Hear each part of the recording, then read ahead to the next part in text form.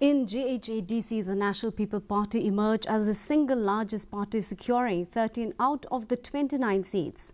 The NPP gained 8 seats in the West Jhadc Hills district, including one from War West in the Amlarem subdivision and 4 seats in the East Jhadc Hills district.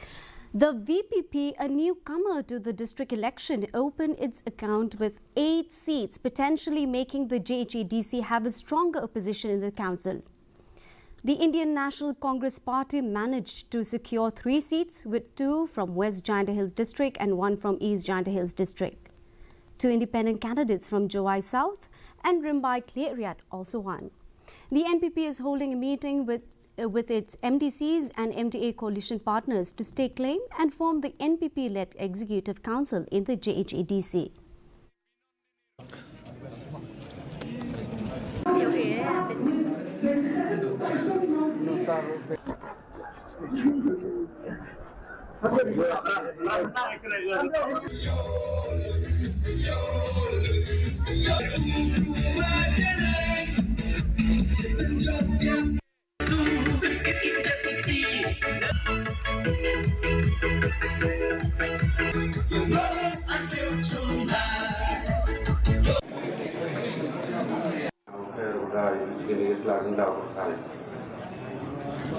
No comment excellent.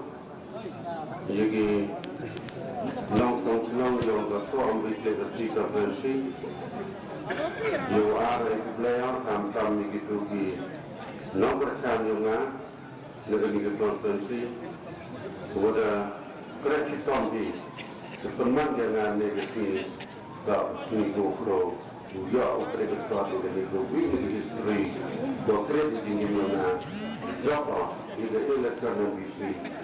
Legacy young Muslim Arjara Kausan, Saga Janji Autonomous District Council. Constituency, you the three program to the great chicken, how we project Yana come LDC Yoki. Hari itu proses ini ibu play program work yang mereka aku project Yana come LDC Yoki. Masya Allah, dan minister, boleh kita cakap dulu puranya dari depan. Dari sepang yang kita kerjakan muram juga, kita kerjakan juga muram juga. Pada keras hitam di kapal ini kapal. Lalu kita kita masa kita dari. Ik bleef nog iets waar, dat is best dan, en die niet worden gedaan. Maar de vorige keer mee aan de borom. En dat was dan een probleem waar, want dan kan die eerst, dus er lang die door één en daar van de niet. Bij een paar die staan ook, die nog gaan worden, dan kwijt dat dan precies.